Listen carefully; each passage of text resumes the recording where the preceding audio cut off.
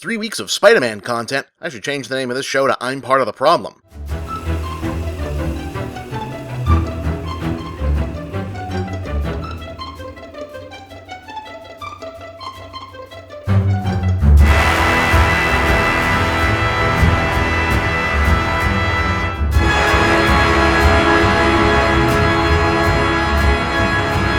Spider-Man Homecoming is finally out, and it's okay. It's just okay. It's fine, solid, somewhat disposable, but in no way malnutritious piece of entertainment with a handful of cool moments, a fun, forward-looking cultural vibe, and a game cast that makes up for a lot of its fairly minor shortcomings. You can see my full review right over here. I wouldn't call it so much a disappointment, since in practical terms, the only surprising things it could have conceivably done is be worse than the last two horrible Spider-Man movies, which it's not, or somehow better than the original Spider-Man movies, which it was never ever gonna be. Mostly it just feels inoffensively unambitious, a movie that never once feels the need to strain or stretch at proving itself a worthwhile endeavor, as though it wasn't keenly aware that it's going to make $1 billion pretty much just for existing. The most notable thing that it could be said to accomplish is acting as a proof of concept for the Spider-Man franchise integration into the broader Marvel Cinematic Universe, but that was already established a couple of movies ago, so what amounts to further cementing that fact shouldn't really be all that thrilling unless you're a shareholder in the Sony Corporation. And yet, let's face it, while there's nothing wrong with this or any other genre film being seemingly designed just to be watched, momentarily enjoyed, and then immediately forgotten about until the next one comes around, it has become an unusual phenomenon for a comic book movie, certainly one in the MCU, which is built around convincing audiences that they should at least feel obligated to keep track of where a bunch of dopey magic rocks are between films in order to get the full experience. But consider this, what if it were okay for the new Spider-Man movie not to be a big deal because, well, the new Spider-Man movie is not in and of itself a big deal?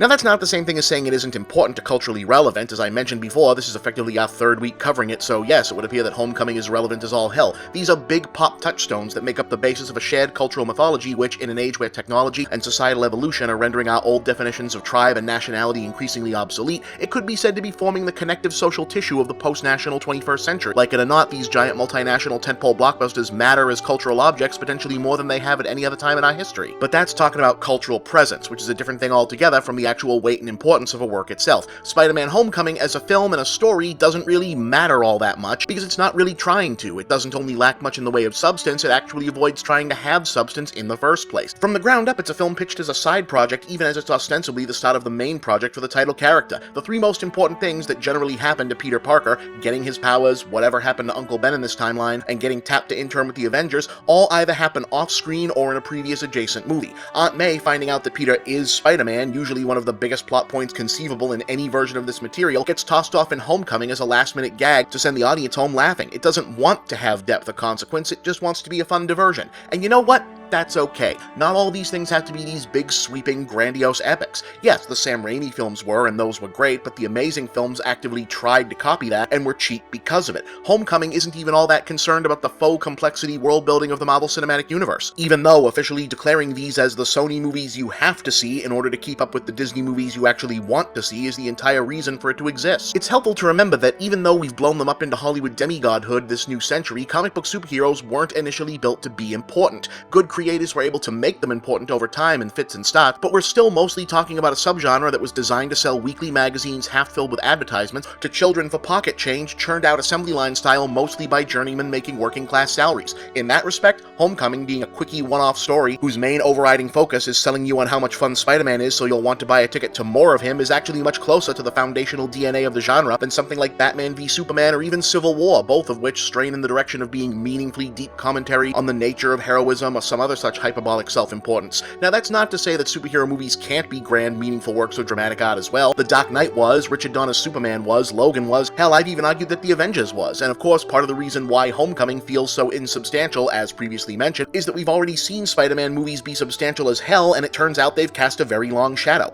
That's not to say that intentionally aiming for a slight story absolves Homecoming for being a mostly unengaging, almost disposable film either. Wonder Woman was a mostly formula origin story in the Thor mold that's nonetheless risen to be a cultural landmark by leaning hard into its subject's feminist iconhood at a precise moment where that team needed a bit of a pick-me-up. Doctor Strange didn't exactly break new ground narratively, it really is just Iron Man goes to Hogwarts when you get right down to it, but it did blow a lot of people's minds with genuinely new visuals. Even the intentionally glib and breezy Guardians of the Galaxy Volume 2 managed to catch audiences completely off guard with surprising emotional and thematic depth this year, though I guess you've got a lot of leeway to do that sort of thing when your setting allows for surrogate family uses the power of friendship to defeat the cosmic embodiment of patriarchy, colonialism, narcissism and toxic male entitlement to be the literal premise of your sequel. In the end, though, the fact remains that while I was, I guess, nominally disappointed and certainly not bowled over by Spider-Man Homecoming, it's a good enough film and I'm not really feeling all that put out about it. In fact, I'm coming around to the idea that letting some of these things be slight and disposable might be overall more healthy for the genre and for the culture at large. Thanks to the smoldering trash fire that still is the DC Extended Universe pre-Wonder Woman, we've seen what kind of disaster can unfold when you try to bludgeon the audience into accepting that a bloated, loud, dumb blockbuster is some kind of actually meaningful artifact, and a few more incidents like that could conceivably be enough to just burn everyone out on the whole concept.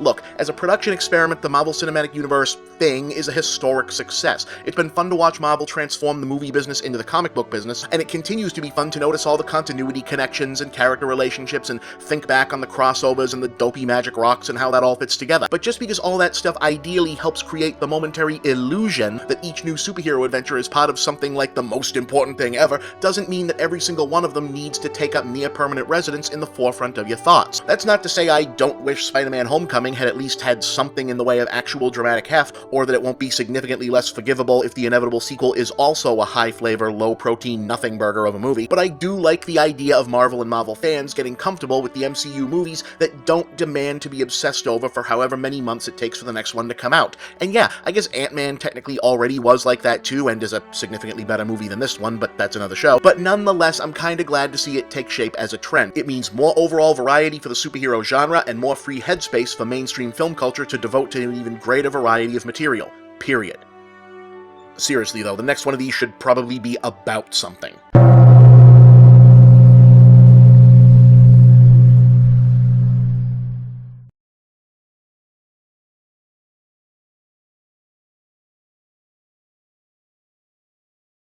Hey gang, here's a question that keeps coming up. If your handle is Movie Bob, where are your movie reviews? Well, my old reviews are in a lot of places. You'll find many of them on my YouTube channel, but you'll find the brand new ones on Geek.com, an awesome site that's also your one-stop news source for science, TV, gaming, technology, nerd culture, the works. You can find all my reviews directly by going to geek.com/author/bchipman, because that's my real name, and you can get regular updates on all my reviews and all of Geek.com's other great content by signing up for their kick-ass newsletter at subscribe.geek.com. And don't forget to also subscribe to the Geek.com YouTube channel, where you'll find the videos that accompany my reviews and tons of other great content too. Remember, that's Geek.com, the Geek.com newsletter, and Geek.com on YouTube. Make sure you don't miss out on all the latest Movie Bob reviews. You can also check out my own new website, Movie Bob Central, where you'll find my blog, links to all my work, and shop for my books, ebooks, and future Movie Bob products. And please remember to like these videos, share them with all of your friends, and subscribe to this channel. Thank you for watching another Movie Bob production.